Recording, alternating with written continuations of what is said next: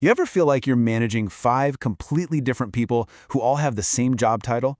Well, in this explainer, we're going to break down a really powerful framework that will help you see your team with brand new eyes and give you the clarity you need to lead way more effectively.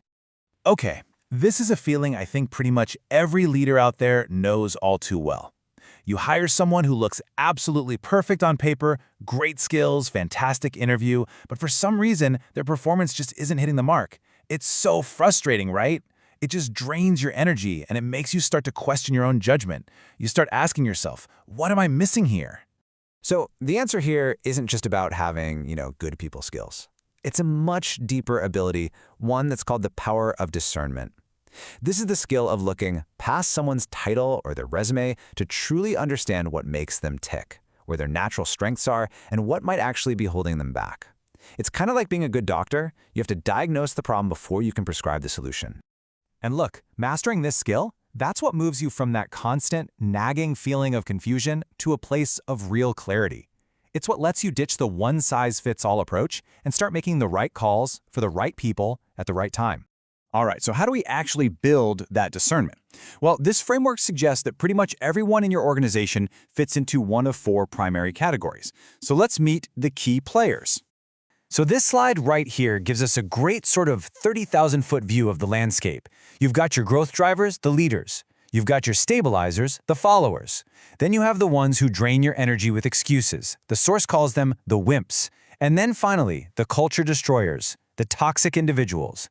So yeah, let's dig into each one.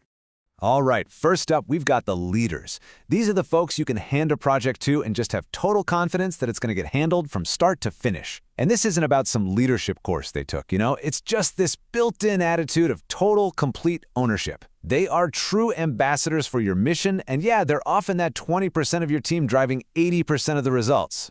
Next up, we have the followers. And let me tell you, these folks are the absolute backbone of any organization. They're not looking for the spotlight. They thrive behind the scenes, just expertly executing the plan. Give them a clear roadmap, give them the right tools, and they'll deliver high-quality work, consistently, without any of the drama or the blame game. And this just shows so perfectly why you absolutely need both. The leader gives you the why, that big vision, that sense of ownership. But the follower, they provide the how. They turn that vision into a reality. It's like you can't win a war with only generals and you can't win it with only soldiers. You need that partnership to make anything happen. Okay, now we're getting into the trickier territory. Category number 3 is what the source pretty bluntly calls the wimp, or maybe a bit kinder, the continuous complainer. This is the person who always has a ready-made excuse. It is never their fault. I mean, they are fantastic storytellers, but the stories are always about why something couldn't get done.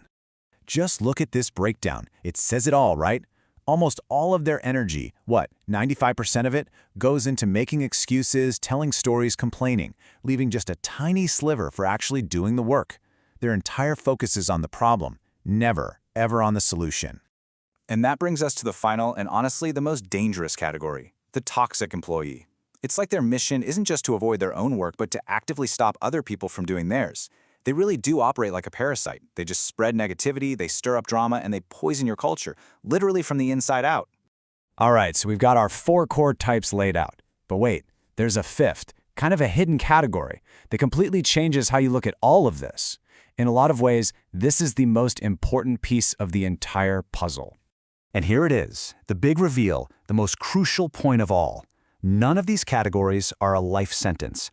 People are not static. They can move between these states, and they absolutely do. And you know what influences that movement? Their environment, their mindset, and, most importantly, their leadership. This whole idea is what we can call the shifter. It's this fundamental recognition that everyone has the potential to shift. With the right coaching and the right culture, someone in that wimp category can absolutely be upgraded into a productive follower. But, and this is important, it works both ways. If you fail to give a true leader real ownership and autonomy, they can downgrade, lose their motivation, and become way less effective. And that's where your leadership becomes the deciding factor. It's huge. Okay, so now that we're armed with this framework, what's the actual game plan? What do you do with this information? Well, it boils down to a really clear 3-step action plan for managing your team. And this is so simple, but so powerful. Okay, step 1. Your number 1 job is to retain your top performers, your leaders and your followers. Give them what they need. Step 2, for the wimps, your role is to mentor them. Help them shift that energy away from problems and towards solutions. And finally, for those toxic folks, your job is to contain them. You have to set firm boundaries to protect everyone else. But that 3-step plan we just talked about, retain, mentor, contain, it doesn't just happen in a vacuum, right? It all comes down to the most powerful tool you have as a leader, the culture you're building, day in and day out. I mean, this quote really gets to the heart of it all, doesn't it? You can have the best software, the shiniest infrastructure, but at the end of the day, your long-term success is always going to be decided by the quality and the drive of your people. So if there's one big takeaway here, it's this. Think of your company culture as the engine that drives all this transformation. A great culture is designed, first and foremost, to retain your leaders and followers. But just as important, it's designed to provide the support and encouragement that helps people making excuses to upgrade.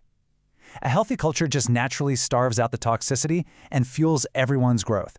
It's a game changer. And to wrap this all up, let's end with one last kind of challenging thought. It's so easy to hear all this and immediately start putting labels on everyone on your team. Oh, he's a follower, she's a wimp. But the most powerful way to use this framework is to start with yourself. Before you diagnose anyone else, ask yourself, with total honesty, which category am I in right now?